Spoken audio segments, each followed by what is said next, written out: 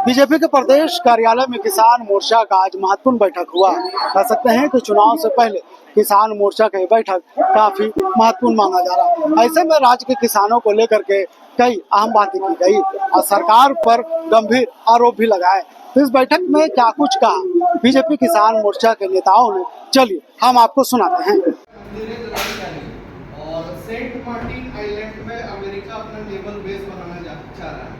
तो जैसे बांग्लादेश घुसपैठिया पश्चिम बंगाल जो रास्ते होते हुए झारखंड घुस, उस पर आप लोग क्या काम? देखिए, आपने सही कहा कि बांग्लादेशी घुसपैठिया उसको तो हम रोकने का काम करेंगे, लेकिन जो घुसपैठिया आए हैं जैसे वो कहीं न कहीं यहाँ पर भी वेस्ट बंगाल का तो समीकरण खराब किया है, डेमोग्राफिक जो समीकरण है और यहाँ का भी समीकरण खराब कर रहे हैं। हम इससे सख्ती से निपट रहे हैं, लेकिन स्टेट गवर्नमेंट क्या सख्ती से निपट रही है, उनके साथ 8 और जो तुष्टिकरण की पॉलिसी जो की है उसके हिसाब से वो चल रहे हैं और साथ पट्टियां बांध कर रखेंगे। और इस पूरे जो इशू का आपने उठाया उसमें कहीं ना कहीं सरकार एकदम से विफल है। सर, कोलकाता की घटना की आप निंदा कर रहे हैं कि घटना के बाद ममता बनर्जी का एक्शन की निंदा कर रहे हैं? देखिए, हम यहाँ पर घटना की निंदा कर रहे हैं, लेकिन साथ साथ इस बात को भी बताने की कोशिश कर रहे हैं कि एक महिला मुख्यमंत्री जिसका दायित्व है, खुद जब वो गृह मंत्री भी है और हेल्थ मिनिस्टर भी है, तो उसका दायित्व क्या होना चाहिए था, क्या बलात्कारियों को बचाने का? तो सर, आपको उत्तर प्रदेश के शाहजहांपुर की घटना की भी निंदा करनी चाहिए। लेकिन कोई भी बलात्कार का कोई भी केस हो, मैं आपके सामने खड़ा हूं, बलात्कार का कोई भी केस हो, चाहे किसी प्रदेश में, मुजरिम को सख्ती से निपटना चाहिए और सारी सरकार महिलाओं के उत्पीड़न वाले किसी भी लोगों के साथ कोई रहम नहीं कर सकती। उनको मौत के घाट अगर उतारना है तो बिल्कुल उसी को एडवोकेट करते हैं और बराबर करते रहेंगे। हम महिलाओं के साथ भारतीय जनता पार्टी खड़ी थी, खड़ी है और खड़ी रहेगी। उनको उनका आत्मविश्वास बढ़ाने का काम आदरणीय प्रधानमंत्री जी ने किया, उनको एम्पावरमेंट देने का काम आदरणीय प्रधानमंत्री जी ने किया और आगे भी करते रहेंगे। और आपको बताना चाहते हैं, चाहे हमारी सरकार हो या ना, महिला हमारी माँ हो या बेटी हो, उनकी सुरक्षा हमारा दायित्व। उनके साथ अगर कोई दुष्व्यवहार होता है तो उसके लिए हम आवाज उठाने के लिए बिल्कुल झिझकेंगे नहीं, न झिझकते। ये सारी चीजें बिना स्टेट एडमिनिस्ट्रेशन के सपोर्ट से नहीं हो सकती और वहाँ महिला डॉक्टर क्या सुरक्षित नहीं है, इसलिए सुप्रीम हाईकोर्ट ने कहा कि हॉस्पिटल को बंद कर दिया जाए अगर इस तरह की बात आती है। आज मैं पूछना चाहता हूँ वही ममता बनर्जी से, जिन्होंने अलग स्टेट में कुछ ऐसा हुआ घटना तो उसका नाजायज फायदा, पॉलिटिकल फायदा उठाने की कोशिश की, लेकिन खुद के स्टेट में जब हुआ तो दंडित करने के बजाय, दोषियों को पकड़ने के बजाय, दोषियों को मौत के घाट उतार दो, लेकिन खुद उनको बचाने का काम कर रही है और दूसरे जगह राजनीति से प्रेरित होकर मार्च निकालती है। कल भी उनका मार्च था, इसलिए मार्च था भाई, ये मार्च कैसा था? आपकी सरकार है तो लोगों ने और पूरी दुनिया ने इस बात को समझ लिया कि अब वो सरकार चलाने में असमर्थ रहे, लॉ एंड ऑर्डर जो है बिल्कुल वो खत्म हो चुका है, चरमरा गया है।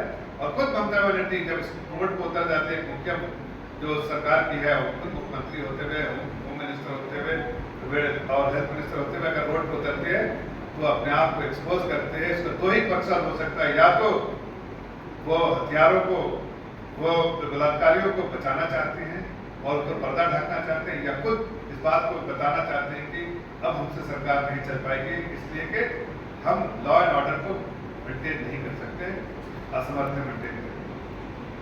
मुझे लगता है कि आज ये बात देश की जनता समझ चुकी है। पूरे देश, इस पूरे हर देश की जनता की, हर महिलाओं के मुंह में एक ही आवाज है कि ममता बनर्जी को आज अपने पद से इस्तीफा लेना चाहिए। हम भी आपके माध्यम से गुहार लगा रहे हैं कि ममता बनर्जी अब तुम सरकार में रहने के लायक नहीं, इसलिए कि सरकार में रहने वाले बलात्कारियों को समर्थन नहीं, दबोचते हैं और मौत के घाट उतारने का काम करते हैं। लेकिन आपने तो उनको पूरे तौर से प्रोटेक्शन दिया है। स्टेट एडमिनिस्ट्रेशन को पूरी हिदायत है कि एफआईआर न किया जाए और बलात्कारियों को सिर्फ पैसे देने का काम ममता बनर्जी करेंगे। मैं समझता हूँ उनकी परेशानी वो तुष्टीकरण की राजनीति करती है और उनका पेशा ही तुष्टीकरण है, जिससे वो सरकार में रह पाते हैं। लेकिन आज देश का हर नागरिक और पश्चिम बंगाल का हर नागरिक, चाहे वो महिला हो, बच्चा हो, बूढ़ा हो, जवान हो, हर लोगों की जुबान पे है ममता बनर्जी इस नापाक और घिनौना काम करने वालों के साथ आप खड़े रहे हैं। संदेश खाली में भी आप खड़े रहे थे, यहाँ भी खड़े रहे थे। आप हमारे मुख्यमंत्री रहने के लायक नहीं हैं। और एक ही बात सबके जुबान पे है कि ममता बनर्जी आप सरकार से रिजाइन करो और किसी और को ऐसे इंसान को चलाने दो सरकार जो वहाँ कम से कम लॉ एंड ऑर्डर पे काबू रखना है। तो मैं आपके सामने इस दर्द भरी कहानी जो है एक हमारी बहन बेटी की जो वेस्ट बंगाल में अभी हुआ था, उसको आपके माध्यम से पूरे देश में जो जनता की आवाज़ है उसको पहुंचाने का काम झारखंड में भी कर रहे हैं।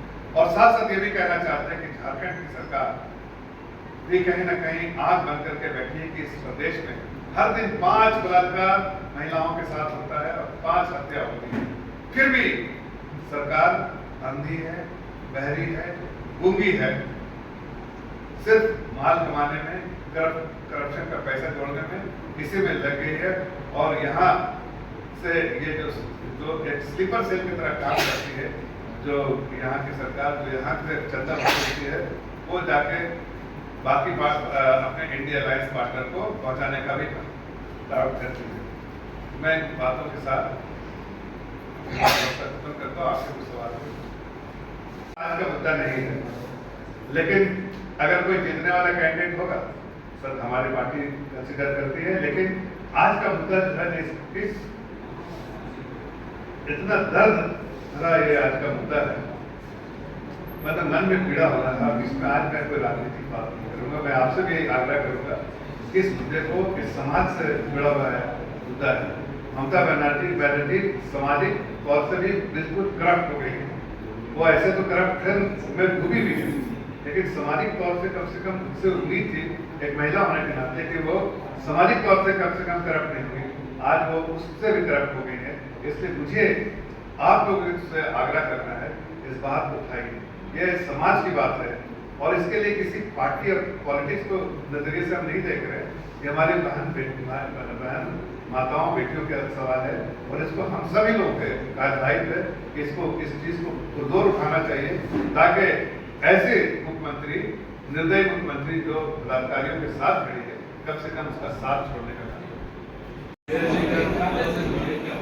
पहले तो आज का यह अपना जो किसान मोर्चा का प्रदेश पदाधिकारी, जिला अध्यक्ष और जिला प्रभारी और मंडलीय प्रभारी और प्रवक्ता और पोस्ट सारे लोगों को बुलाया गया है। 119 लोग हैं इसमें।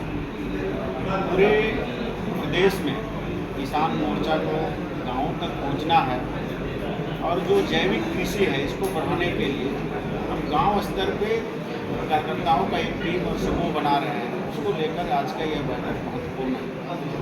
दूसरी बात है, अभी किसान मोर्चा पूरे प्रदेश में जिस प्रकार से पिछला बार 2019 और 20 में आप देखें तो अभी तक अकाल जो हुआ था उसका पैसा नहीं दिया है, उन विषयों को लेकर भी यहाँ चर्चा होना है।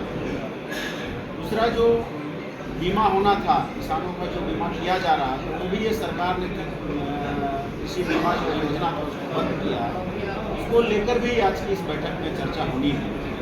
दूसरी बात है कि जिस प्रकार से यहाँ के हेमंत सोरेन सरकार ने किसानों को गुमराह किया, युवाओं को किया, महिलाओं को किया, और जिस प्रकार से किसानों के ऊपर अत्याचार हो रहा है और किसान आज दुखी है, उन सभी विषयों को लेकर आज का यह पदाधिकारी बैठक में चर्चा होगी और आगे की रणनीति बनाएंगे।